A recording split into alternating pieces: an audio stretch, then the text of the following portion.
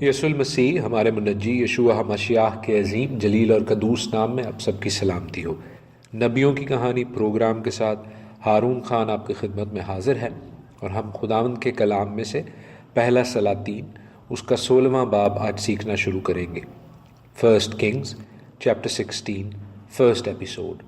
خداوند کی شکر گزاری کرتے ہوئے اس کے حضور آتے ہیں، اپنے آپ کو عاجز اور حلیم کرتے ہیں، اپنے زندہ آسمانی باپ کے دہنے ہاتھ کے نیچے فروتن کرتے ہیں اور شکر گزاری کرتے ہیں عزیزو آپ سبوں کی زندگی کے لیے جو کہ خداوند کے کلام کو اس وقت سن رہے ہیں۔ خداوند اپنے پاک کلام کے وسیلہ سے، جسے اس نے اپنے ہر نام سے زیادہ عظمت دی ہے، آپ کی زندگیوں کو برکت سے، روحانی، جسمانی، دنیاوی برکتوں سے سیر اور آسودہ کرے۔ عزیزو، ہم خداوند کے کلام میں سے، خصوصاً پہلے سلاطین میں سے، فرسٹ کنگز میں سے، جو مختلف بادشاہوں کے متعلق، ان کی بادشاہتوں کے متعلق، قوموں کے متعلق ہسٹوریکل ریویو پڑھ رہے ہیں، تاریخی حقیقتیں پڑھ رہے ہیں۔ ہم اس سے بے شک اپنے علم میں اضافہ کر رہے ہیں، لیکن اس سے کہیں زیادہ بڑھ کر یہ کہ ہم خداوند تعالیٰ کے ڈیوائن پرنسپلز کو، الہی قوانین کو بھی سیکھتے جا رہے ہیں۔ ان تمام سچویشنز میں سے، ان تمام واقعات میں سے، اس تمام ہسٹوریکل نیریٹو میں سے ہم خداوند تعالیٰ کی ٹیچنگ کو، خداوند تعالیٰ کی نصیحتوں کو، اس تعلیم کو بھی اپنے ذہنوں میں نقش کرتے جا رہے ہیں جو خداوند تعالیٰ ان تمام واقعات کے ذریعے ہمیں سکھانا چاہتا ہے، تاکہ ہم ٹھیک باتوں کو اپنی زندگی میں اپنائیں اور غلط باتوں سے اپنی زندگی کا پیچھا چھڑائیں۔ عزیزو، ہم نے راست بازی کی جانب بڑھنا ہے۔ بے شک مسیح کی راست بازی کو سب سے پہلے اپنے اوپر لینا ہے، لیکن اس کے بعد نجس باتوں کو، گندی باتوں کو اپنی زندگی سے دور کرنا ہے، کیونکہ خداوند یسوع المسیح مکاشفہ میں بڑے واضح طور پر کہتے ہیں ان ریویلیشن 22:11، جو برائی کرتا ہے وہ برائی ہی کرتا جائے گا، اور جو نجس ہے وہ نجس ہی ہوتا جائے گا، مگر جو راست باز ہے وہ راست بازی ہی کرتا جائے، اور جو پاک ہے وہ پاک ہی ہوتا جائے۔ تبھی خداوند تعالیٰ جو خود پاک ہیں ہمیں بھی پاک ہونے کا کہتے ہیں، اور ہم نے اپنے آپ کو پاکیزگی کی جانب، راست بازی کی جانب بڑھانا ہے، نہ کہ نجس باتوں میں خدا نخواستہ آگے بڑھنا ہے۔ سو ان سٹوریز کو، ان ہسٹوریکل ریفرنسز کو، ان تاریخی واقعات کو صرف کہانی سمجھ کے مت سنیے، اس میں سے زندگی کے اس پیغام کو جس کو میں ہر ایک ایپیسوڈ میں، ہر ایک قسط میں آپ کے لیے ہائی لائٹ کرتا ہوں، واضح کرتا ہوں، کائنڈلی مہربانی کر کے اس پہ غور کیجئے، اور صرف سننے والے نہیں بلکہ کلام میں آگے بڑھنے والے، خدا ان کے کلام پر عمل پیرا ہونے والے، اوبیڈینٹ ہونے والے بنتے جائیں۔ ہم نے 15 چیپٹر کے اینڈ میں، یعنی 15ویں باب کے آخر میں دیکھا کہ کس طرح اسرائیل میں جو حاکمیت ہے، جو 10 ناردرن ٹرائبز ہیں، ان پہ یربعام کے گھرانے کو بآشا نامی ایک شخص مارتا ہے، قتل کرتا ہے، اور پھر وہ بادشاہی کرنے لگتا ہے۔ لیکن عزیزو، 16ویں باب میں ہمیں پتہ چلتا ہے جب ہم اسے پڑھیں کہ بادشاہ بحیثیت ایک کنگ کے، ایک بادشاہ کے، ایک کمپلیٹ فیلئر تھا۔ سو خداوند تعالیٰ اس کو بھی سزا دیتے ہیں اس کی برائیوں کی، اور خداوند تعالیٰ یاہو نامی ایک نبی کو بھیجتے ہیں جو کہ حنانی کا بیٹا ہے، کہ وہ خداوند تعالیٰ کا پیغام، خداوند تعالیٰ کی ججمنٹ اور یہ بری خبر بادشاہ کو سنائے۔ یہ وہی یاہو ہے جو کہ کچھ ابواب بعد آپ دیکھیں گے کہ سدرن کنگڈم کے، جنوبی سلطنت کے، یہودا کے بادشاہ یہوشافت کو بھی کرٹیسائز کرے گا، اس پر خداوند تعالیٰ کی طرف سے تنقید کرے گا۔ دوسری آیت سے 16 چیپٹر میں، 16ویں باب میں بڑے واضح طور پر خداوند تعالیٰ یاہو کے ذریعے یہ پیغام دیتا ہے بآشا کو کہ دیکھ، میں نے تجھے خاک پر سے اٹھایا اور اپنی قوم اسرائیل کا پیشوا بنوایا، اور تو یربعام کی راہ پر چلا، اور تو نے میری قوم اسرائیل سے گناہ کر کے ان کے گناہوں سے مجھے غصہ دلایا۔ سو خداوند کہتا ہے کہ بادشاہ تو ایک چھوٹے سے قبیلے اس شکار کا بندہ ہے، جب تک میں تیرے ساتھ نہ ہوتا، میری مرضی نہ ہوتی، تو ان 10 قبائل کا، اس بڑی سلطنت اسرائیل کا بادشاہ نہیں بن سکتا تھا۔ بجائے یہ کہ تو میرے ساتھ چلتا، تو اپنی برائیوں میں اور آئیڈولیٹرس ویز میں، بت پرستانہ روایات میں یربام سے بھی آگے نکل گیا ہے۔ تو پھر تیرے خلاف بھی وہی ججمنٹ، وہی کرس، وہی لعنت ہوگی جو یربام کے گھرانے کے لیے تھی، یعنی تیری لینیج میں بھی، تیری میراث میں بھی۔ جو کوئی شہر میں مرے گا اسے کتے کھائیں گے، اور جو میدان میں مرے گا اسے ہوا کے پرندے چٹ کر جائیں گے۔ پیارے بھائیوں اور بہنوں، یہ میرے حساب سے ایک اچھا وقت ہے جس وقت میں کچھ ریمارک کر سکوں اس حوالے سے، جو یہ پزلنگ تھاٹ، یہ پریشان کن سوچ آپ کے ذہنوں میں آ سکتی ہے کہ بھئی ہر بادشاہ جو ہے، جو نیا بنایا جا رہا ہے، جیسے یربام کو سلیمان کے خلاف خداوند نے کھڑا کیا، اور پھر یربام کے بعد اسرائیل کے حوالے سے بادشاہ کو بنایا جا رہا ہے بادشاہ، تو ان کو نبی بتاتے تھے کہ آپ سے پہلے والے جو بادشاہ ہیں انہوں نے بت پرستانہ روایات قائم کی ہیں، آپ کو بنایا جا رہا ہے کہ آپ ان بت پرستانہ روایات سے دور رہیں، ان لوگوں کو ماریں جنہوں نے ایسا کیا ہے۔ مگر پھر یہ جب بادشاہ بنتے تھے تو کس طرح یہ لوگ بھول جاتے ہوں گے کہ ہم نے خداوند کے ساتھ مخلص طور پر چلنا ہے؟ یہ کیسے ممکن ہے؟ How is it possible? عزیزو، اس کے لیے میں آپ کو روحانی ریلم کی طرف، اسپریچول ریلم کی طرف لے کے جانا پسند کروں گا، اس لیے کہ شیطان ابلیس، the master of evil Kings, حسطان، یہ چاہتا ہے، کیونکہ اس کو اپنی ڈیسٹنی کا پتہ ہے، اس کو خود پتہ ہے کہ اس نے اس آگ اور گندک سے جلنے والی جھیل میں جانا ہے، اور وہ اس اپنی ایج لانگ بیٹل میں جو وہ خداوند تعالیٰ کے ساتھ کر رہا ہے، وہ چاہتا ہے کہ جتنے لوگ اس کے ساتھ اس آگ اور گندک سے جلنے والی جھیل میں جا سکیں، وہ خداوند تعالیٰ سے ان لوگوں کو چھین کے لے جائے۔ لیکن یہ شیطان جو ہے، یہ کیوں نہیں خداوند تعالیٰ سے معافی مانگ لیتا؟ کیوں نہیں اپنی غلطیوں کا اعتراف کر لیتا؟ کیوں وہ اس برائی میں، اس گندگی میں مزید دھسنا چاہتا ہے جس کا انجام صرف ہلاکت ہے؟ عزیزو، ان بادشاہوں کے کیریکٹر سے جو کلام مقدس برے بادشاہ بتاتا ہے، جیسے یربام ہو گیا، اس کا بیٹا ندب ہو گیا، پھر بادشاہ ہو گیا، ہمیں وہی شیطان ابلیس کی روش، اس کا چال چلن نظر آتا ہے، جو کہ فورگیونس سے، معافی سے بہت دور ہیں۔ عزیزو، کیا آپ کو ان بادشاہوں میں اسپریچول بلائنڈنس، روحانی اندھا پن نظر نہیں آتا؟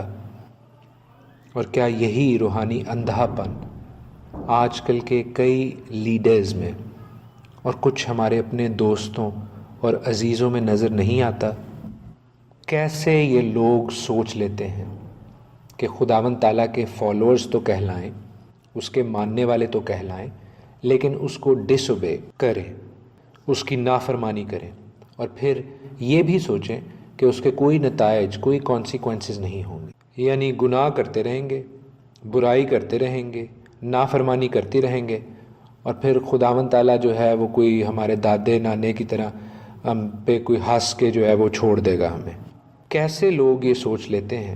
کہ خداوند تعالیٰ کے احکام کو، خداوند تعالیٰ کے متسوات کو، اس کے کمانڈمنٹس کو، اس کے ٹھہرائے گئے مقررہ خاص اوقات کو رد کرنے کے باوجود اور اپنی مرضی سے ریپلیس، ان کی جگہ پر اپنے قانون، اپنی آبزرونسز، اپنی ڈاکٹرنز، اپنے تہوار بنا دینے پر خداوند تعالیٰ بڑا خوش ہوگا اور ان کو شاباشی دے گا؟ کیسے لوگ یہ سوچ لیتے ہیں کہ اسرائیل کو، جسے خداوند تعالیٰ اپنی آنکھ کی پتلی کی مانند جانتا ہے، اسرائیل کو جس کو وہ اپنا بیٹا کہتا ہے،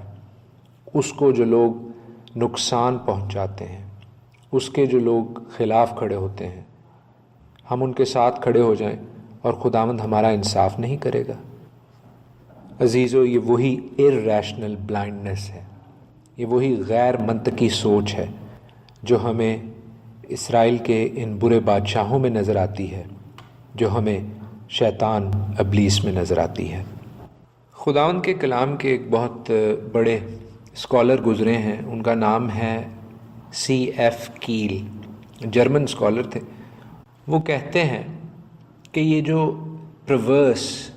اور نہایتی بے غیرت قسم کی سوچ ہے ان بادشاہوں کی کہ ہم پچھلے بادشاہ سے، جس کو خداوند تعالیٰ نے ہمارے ہی ذریعے مروایا ہے، زیادہ برائی کریں، زیادہ وکڈنس کریں، زیادہ خرمستیاں کریں، یہ سوچ بہت ہی ٹوسٹڈ مائنڈ سیٹ کا نتیجہ ہے۔ اور عزیزو، اس کو ماڈرن سائنس میں، جدید سائنس میں ایسے کہتے ہیں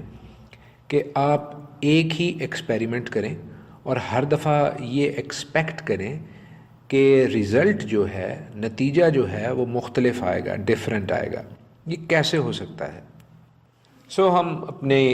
اس چیپٹر میں، اس باب میں واپس آتے ہیں جہاں پر ہم دیکھتے ہیں کہ بادشاہ کو یاہو نے خداوند کا یہ کلام سنا دیا ہے، خداوند کی یہ ججمنٹ دے دی ہے، اور اب اسرائیل کا بادشاہ کچھ دیر بعد ایلا بنتا ہے۔ ایلا جو ہے وہ بادشاہ کا بیٹا ہے۔ بادشاہ کو ایٹ لیسٹ اپنی قبر ضرور نصیب ہوئی، اور ہم دیکھتے ہیں کہ اسرائیل کا بادشاہ ایلا جو ہے وہ یہودا کے بادشاہ آسا کے 26ویں سال سے ترزا میں بنی اسرائیل پر سلطنت کرنے لگتا ہے۔ اور لکھا ہے کہ اس کے خادم زمری نے، جو اس کے آدھے رتھوں کا دروغہ تھا، اس کے خلاف سازش کی۔ اس وقت وہ ترزا میں تھا، اور ارزا کے گھر میں، جو ترزا میں اس کے گھر کا دیوان تھا، شراب پی پی کر متوالا ہوتا جاتا تھا۔ زمری نے آسا شاہ یہودا کے 27ویں سال اندر جا کر اس پر وار کیا اور اسے قتل کر دیا، اور اس کی جگہ سلطنت کرنے لگا۔ لکھا ہے کہ جب وہ بادشاہی کرنے لگا، یعنی زمری، تو تخت پر بیٹھتے ہی اس نے بادشاہ کے سارے گھرانے کو قتل کیا، اور نہ تو اس کے رشتہ داروں کا اور نہ اس کے دوستوں کا کوئی لڑکا باقی چھوڑا۔ یوں زمری نے خداوند کے اس سخن کے مطابق جو اس نے بادشاہ کے خلاف یاہو نبی کی معرفت فرمایا تھا، بادشاہ کے سارے گھرانے کو نابود کیا۔ تھوڑا سا بیک گراؤنڈ آپ کو اس شہر ترزا کے بارے میں دیتا جاؤں۔ ترزا جو نام ہے عزیزو، وہ صلفحاد کی بیٹیوں میں سے ایک کا نام ہے، اور اس کا ریفرنس ہم دیکھ سکتے ہیں نمبرز 27 میں، گنتی کی کتاب اس کے 27ویں باب میں۔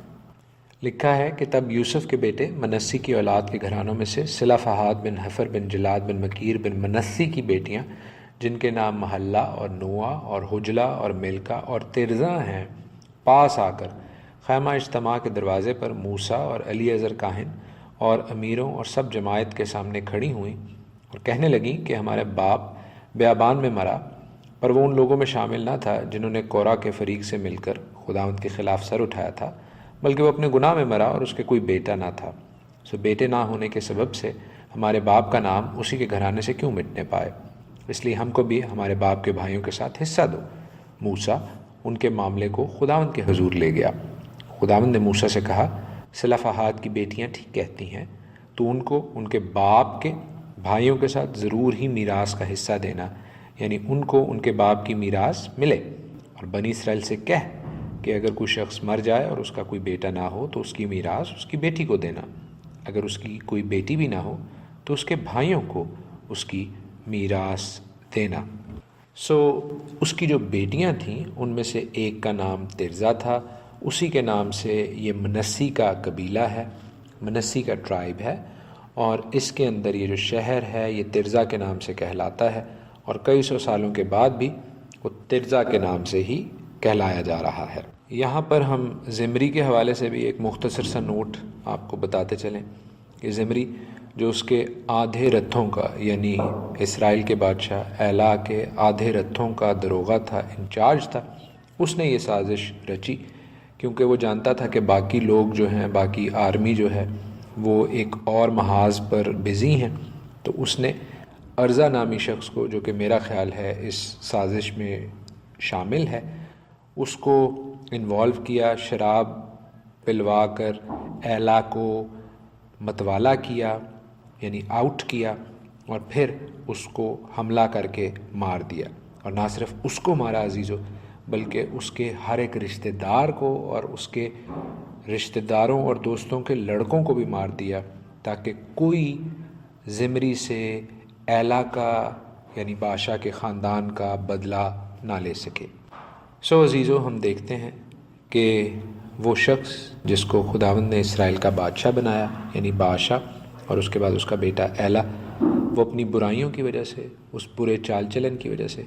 ان نجس حرکتوں کی وجہ سے جو انہوں نے خداوند تعالیٰ کے کلام، خداوند تعالیٰ کی ذات کے خلاف کی، ان کا انجام صرف اور صرف ہلاکت ہوا۔ ہم اپنی بائبل اسٹڈی کو کل جاری رکھیں گے۔ آج کے لیے اتنا ہی۔ خداوند تعالیٰ آپ کو اپنے کلام کے وسیلہ سے، اپنے بڑے نام کے وسیلہ سے بہت برکت بخشے۔ God bless you all. خداوند یسوع المسیح ہمارے منجی یشوع مسیح کے عظیم، جلیل اور قدوس نام میں آپ سب کی سلامتی ہو۔ نبیوں کی کہانی پروگرام کے ساتھ ہارون خان آپ کی خدمت میں حاضر ہے، اور ہم خداوند کے کلام میں سے پہلا سلاطین اس کا 16واں باب سیکھتے جا رہے ہیں۔ آج اس سلسلے کی دوسری قسط ہے، فرسٹ کنگز چیپٹر 16 ایپیسوڈ 2۔ خداوند کی شکر گزاری کرتے ہوئے اس کی حضور میں آتے ہیں، اور آپ سبوں کے لیے خداوند سے خداوند کی سلامتی کی، خداوند کی حکمت کی پاک روح کو مانگتے ہیں۔ عزیزو، آج کے پروگرام میں 16ویں باب کے جس حصے کو ہم سیکھ رہے ہیں، اس میں بہت سی چیزیں، بہت سے اہم تاریخی واقعات، ہسٹوریکل نیریٹو ہمیں سیکھنے کو، دیکھنے کو ملے گا، اور ہم نے کافی کوئکلی اس میں موو کرنا ہے۔ کافی ایکسائٹنگ ہے، دلچسپ اور انٹرسٹنگ ہے، اور ساتھ ہی ساتھ جو میں ہمیشہ کہتا ہوں کہ ہم نے ان واقعات کو بھی سیکھنا ہے، اور ان سے بڑھ کر خداوند کی اس سیکھ کو، اس تعلیم کو، اس تربیت کو بھی اپنے گلے کا طوق بنانا ہے، اپنا زیور بنانا ہے،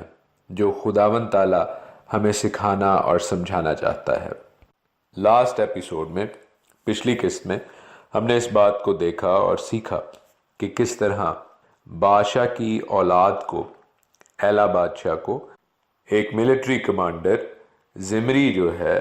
وہ سازش کر کے حاصل کرتا ہے۔ بادشاہ کی پوری بلڈ لائن کو، اس کے تمام رشتہ داروں کو، عزیزوں کو، ان کے بچوں کو مروا دیتا ہے۔ لیکن کہانی میں تھوڑا سا ٹوسٹ ہے، اس لیے کہ اس شخص زمری نے، جس نے بادشاہ کو مروایا اور خود بادشاہ بن بیٹھا،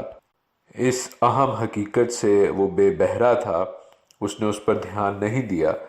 کہ وہ فوج میں زیادہ مشہور نہیں ہے، وہ زیادہ ایکسیپٹیبل نہیں ہے، اور جو باقی فوج تھی وہ چونکہ ایک شخص عمری کے ساتھ تھی، اس لیے وہ چاہتے ہیں کہ اگر کسی نے ملٹری میں سے، آرمی ہی سے بادشاہت سنبھالنی ہے تو وہ زمری نہ ہو بلکہ وہ عمری ہو۔ تو یہ لوگ جو ایک شہر کا محاصرہ کیے ہوئے تھے جو جبتون کہلاتا ہے، وہ اس کا محاصرہ چھوڑتے ہیں، اس کی سیٹ چھوڑتے ہیں، اور آ کر اپنے ہی ملک کا، اسرائیل کے دارالخلافہ ترزا کا، جس کے متعلق پچھلی دفعہ میں نے آپ کو بتایا کہ وہ صلح فہد کی ایک بیٹی ترزا کے نام پر تھا وہ شہر، اس کا محاصرہ کر لیتے ہیں۔ اب یہ نیا بادشاہ زمری جو بنا ہے، یہ پریشان ہو جاتا ہے، اور اس کو پتہ ہے کہ فوج چونکہ ساری میرے ہی خلاف ہے، تو وہ خودکشی کر لیتا ہے۔ خودکشی وہ بڑے انٹرسٹنگ سٹائل سے کرتا ہے کہ وہ اپنے آپ کو اور شاہی محل کو آگ لگا لیتا ہے، یعنی وہ اس نئے بادشاہ کو، عمری کو، یہ سیٹسفیکشن، یہ تسلی نہیں دینا چاہتا کہ اس نے اس کو مارا ہے، اور پھر اصولاً اس کے لیے وہ شاہی محل بھی نہیں چھوڑتا، کیونکہ وہ شاہی محل کو بھی جلا دیتا ہے۔ سو کر برا سو ہو برا کے مصداق ہم دیکھتے ہیں کہ چونکہ اس نے ایلا کو اور ایلا کے یعنی تمام خاندان کو مروایا، تو وہ خود بھی جل کے مر جاتا ہے۔ 16ویں باب کی 20ویں آیت میں لکھا ہے، 16th چیپٹر 20th ورس میں، کہ زمری کا باقی حال اور جو بغاوت اس نے سو کی، کیا وہ اسرائیل کے بادشاہوں کی تواریخ کی کتاب میں قلم بند نہیں؟ تو عزیزو، میں آپ کو پہلے بتا چکا ہوں، ایک بھائی نے پھر سوال کیا، اس لیے دہرائے دیتا ہوں سب کے لیے، کہ جو یہاں پر ریفرنس ہے کہ جی تواریخ کی کتاب میں، بادشاہوں کی تواریخ کی کتاب میں باقی چیزیں مینشن ہیں، تو یہ بائبل میں جو تواریخ کی کتاب ہے یا کرونیکلز جس کو انگلش میں کہتے ہیں، یہ اس کا ذکر نہیں ہو رہا، یہ انیکسچرز آف یا انیلمنٹس آف کنگز ہے، یہ ایک سیپریٹ کتاب تھی اور یہ کتاب اب موجود نہیں ہے۔ اینی ہم سٹوری میں آگے بڑھتے ہیں، ہم دیکھتے ہیں کہ اب عمری بادشاہ بن گیا ہے، اور اس وقت لکھا ہے کہ اسرائیل دو فریقوں میں بڑھ جاتا ہے۔ آدھے آدمی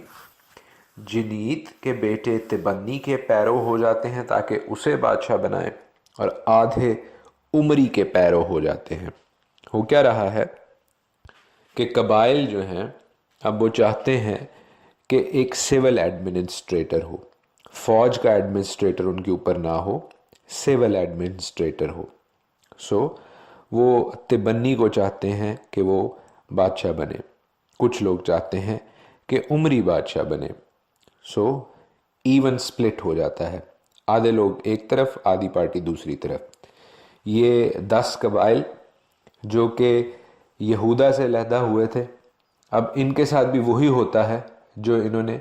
پورے اسرائیل کے ساتھ کیا تھا کہ انہوں نے اس کو بانٹ دیا تھا، اب یہ خود بھی بٹ جاتے ہیں۔ پھر ہم دیکھتے ہیں کہ ایک لڑائی کا ذکر ہے جو کہ تبنی اور عمری کے بیچ میں ہوتی ہے، لیکن تبنی مر جاتا ہے۔ کیا یہ اس لڑائی میں مرتا ہے؟ ہمیں اس بارے میں نہیں پتہ۔ کیا یہ نیچرل ڈیتھ مرتا ہے؟ اس کے حوالے سے بھی کوئی ڈیٹیل نہیں، لیکن ایک چیز واضح ہے کہ عمری کی پارٹی جیت جاتی ہے، عمری بادشاہ بن جاتا ہے۔ عزیزو، یہ وہ اہم ٹائم ہے ہسٹری کا جہاں پر اسرائیل کے بیچ میں، یعنی 10 ناردرن ٹرائبز کے بیچ میں، شمالی سلطنت کے 10 قبائل کے بیچ میں افرائیم کا قبیلہ اپنی سٹرینتھ، اپنی پاور شو کرنے لگتا ہے۔ جس طرح یہودا کا جو قبیلہ ہے وہ سدرن ٹرائبز کی جو امیلگمیشن ہے، جو جنوبی سلطنت ہے، اس میں یہودا جو ہے وہ سٹرونگ ہے، اگرچہ ان کے ساتھ بنیامین بھی تھا، اگرچہ ان کے ساتھ لاوی کاہن بھی موجود تھے، لیکن وہ سلطنت جو تھی وہ یہودا کے نام سے کہلاتی تھی۔ اسی طرح اس ٹائم سے آگے اب یہ سلطنت جو اسرائیل کی سلطنت کہلاتی ہے، جو کہ شمالی سلطنت ہے، ناردرن کنگڈم ہے، جس میں 10 ٹرائبز جنرلی موجود ہیں، تو اب یہ اسرائیل سے زیادہ افرائیم کے نام سے جانی جائے گی۔ ایک اور اہم واقعہ جو اس باب کے بیچ میں ہو رہا ہے وہ یہ کہ ترزا کا شہر جو دارالحکومت تھا، جو کیپٹل سٹی تھا اسرائیل کا، یعنی 10 ناردرن ٹرائبز کی کنگڈم کا، 10 شمالی قبائل کی سلطنت کا، اب وہ ترزا سے چینج ہو کر سامریا پہ جا رہا ہے۔ لکھا ہے کہ عمری نے سامریا کا پہاڑ سمر سے 2 قنطار چاندی میں خریدا اور اس پہاڑ پر ایک شہر بنایا، اور اس شہر کا نام جو اس نے بنایا تھا پہاڑ کے مالک سمر کے نام پر سامریا رکھا۔ عزیزو، یہ وہی سامریا شہر ہے یا شمرون جس کو عبرانی میں کہتے ہیں، جو کہ اسرائیلیوں کے لیے، بالخصوص یہودیوں کے لیے، یہودا کی سلطنت کے لیے نفرت انگیز جگہ تھی، جہاں کے لوگوں سے بھی وہ نفرت کرتے تھے۔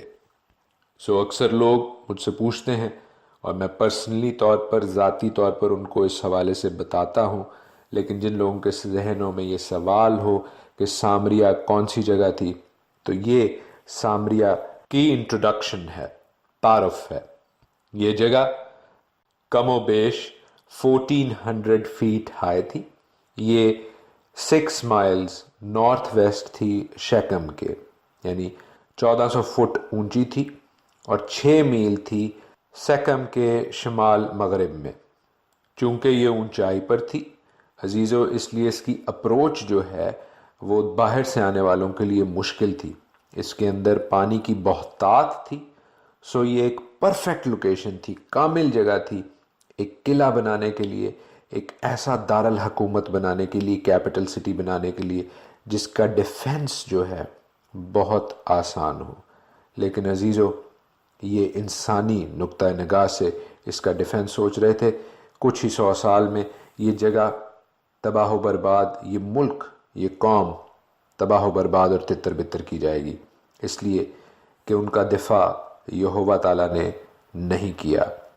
چونکہ اس قوم نے خدا کو ترک کر دیا، یہوہ تعالیٰ کو ترک کر دیا، اس لیے خداوند تعالیٰ نے بھی ان کے گرد سے اپنی حفاظتی باڑ اٹھا لی۔ جتنا اچھا اور مضبوط یہ شہر ہوگا، لیکن خداوند اس کا محافظ نہیں تھا۔ عزیزو،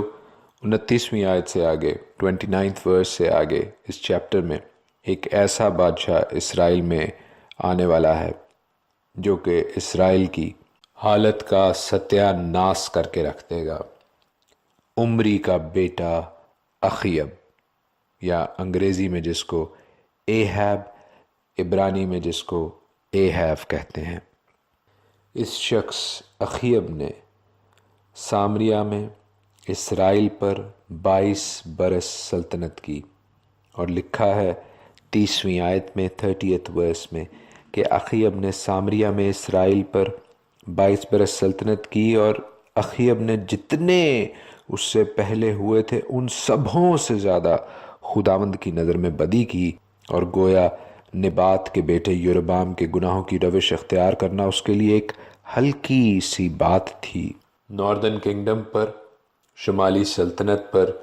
اسرائیل یا جو یہ افرائیم کی مملکت ہے، اس پر تمام بادشاہ برے آئے، لیکن اخیب نے اسرائیل کی لٹیا ایسی ڈبوئی کہ یہاں سے اسرائیل پوائنٹ آف نو ریٹرن پر چلا گیا۔ عزیزو، اخیب نے ایک ایسی عورت سے شادی کی جو کہ پیگن ورلڈ میں، غیر خداؤں کی دنیا میں بہت مشہور تھی۔ اس کا نام تھا ایزابیل، عبرانی میں ایزبل، اردو میں، اور جیزبل انگلش میں۔ یہ عورت سیدانیوں کے بادشاہ ایتبال کی بیٹی تھی۔ ایتبال نہ صرف سیدانیوں کا بادشاہ تھا بلکہ وہ استارات کا چیف پریسٹ بھی تھا، سب سے بڑا پجاری بھی تھا، اور یہ اس کی بیٹی اس کی پوجا میں اس کی سب سے بڑی ہیلپر تھی۔ سو غیر خداؤں کی عبادتوں میں یہ لڑکی پیش تھی۔ جب اس کی شادی اخیب سے ہوتی ہے تو عزیزو، اخیب اور ایزبل کا ایسا کنیکشن بنتا ہے جو اسرائیل کے خدا کے لیے، یہوہ تعالیٰ کے لیے نہایت ہی مکروہ تھا۔ ہم آگے پڑھتے جائیں گے ان کے حوالے سے، لیکن مختصراً بریفلی آپ کو بتاتا چلوں کہ اخیب اس پوائنٹ پر یہوہ تعالیٰ کو properly and completely and fully renounce کر دیتا ہے، رد کر دیتا ہے۔ اس سے پہلے جو بادشاہ تھے، اگرچہ وہ بیتیل اور دان میں ایک آکس کی، ایک بیل کی عبادت کرتے تھے اور اس کو یہوہ تعالیٰ کہتے تھے، یہوہ کی عبادت ہی کرتے تھے، لیکن غیر خداؤں کے ساتھ مکسنگ والی، ملی جلی کرتے تھے۔ لیکن ہم دیکھتے ہیں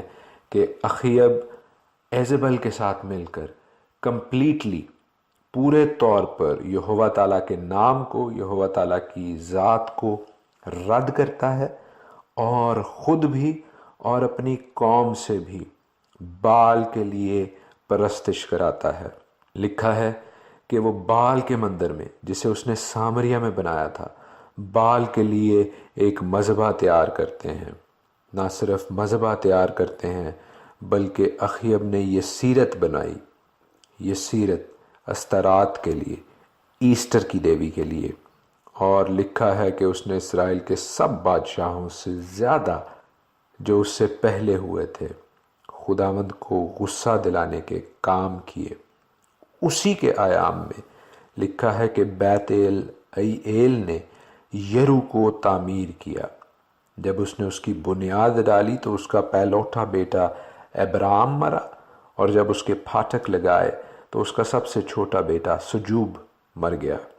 عزیزو، اس شخص بیت ایل نے یہ کام کوئی پرائیویٹلی نہیں کیا تھا، کوئی ذاتی حیثیت میں نہیں کیا تھا۔ ایک یرو جیسے شہر کو دوبارہ تعمیر کرنا بادشاہ کا حکم ہی تھا، اور بادشاہ کی مشینری، بادشاہ کے لوگ اس میں انوالو ہوں گے۔ یہ ایک اور ایویڈنس ہے، ایک ثبوت ہے کہ کس طرح اخیب نے یہوہ تعالیٰ کو رد کر دیا تھا، کیونکہ اس سے پہلے کے جو بادشاہ تھے انہیں اس کرس کا، اس لعنت کا پتہ تھا جو یشوع نے، جب اس نے یرو کو جلایا اور مسمار کیا تو اس نے خداوند کی طرف سے ایک کرس، ایک لعنت پروناؤنس کی کہ جو اس شہر کو دوبارہ تعمیر کرے گا، اس کی بنیاد ڈالے گا، اس کا پہلوٹا بیٹا مرے گا، جو اس کے پھاٹک لگائے گا اس کا چھوٹا بیٹا مرے گا۔ اور ایسا ہی ہوتا ہے، یہاں پر ہم دیکھتے ہیں کہ جو شخص اس کو بنانے کے لیے آ رہا ہے اس کے ساتھ ایسا ہی ہوتا ہے۔ لیکن پچھلے بادشاہ جو تھے وہ اس حقیقت سے واقف تھے اور انہوں نے کچھ خداوند خوفی کرتے ہوئے اس شہر کو دوبارہ تعمیر نہیں کیا تھا۔ ہم دیکھتے ہیں کہ اخیب میں ہرگز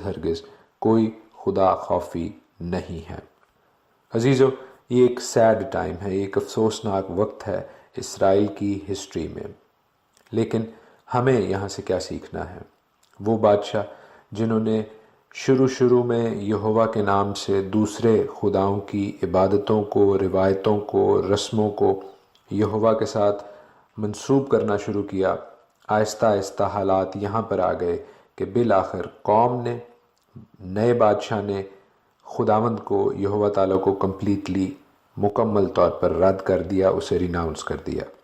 ہم نے خداوند کے کلام کے ساتھ مخلص رہنا ہے، اپنے دل کی خوشی کو بالائے طاق رکھتے ہوئے، سائیڈ پہ رکھتے ہوئے، دوسرے کلچرز کی سو کالڈ اچھی باتوں کو اپنے یہوہ کے ساتھ منسلک کرنے سے پہلے 100 دفعہ سوچنا ہے کہ کیا یہ ملاوٹ، یہ مکسنگ یہوہ تعالیٰ کو پسند ہے؟ غیر خداؤں کی عبادت کے طریقے اپنی عبادت میں، یہوہ تعالیٰ کی عبادت میں انسرٹ کرنا، گھسا دینا،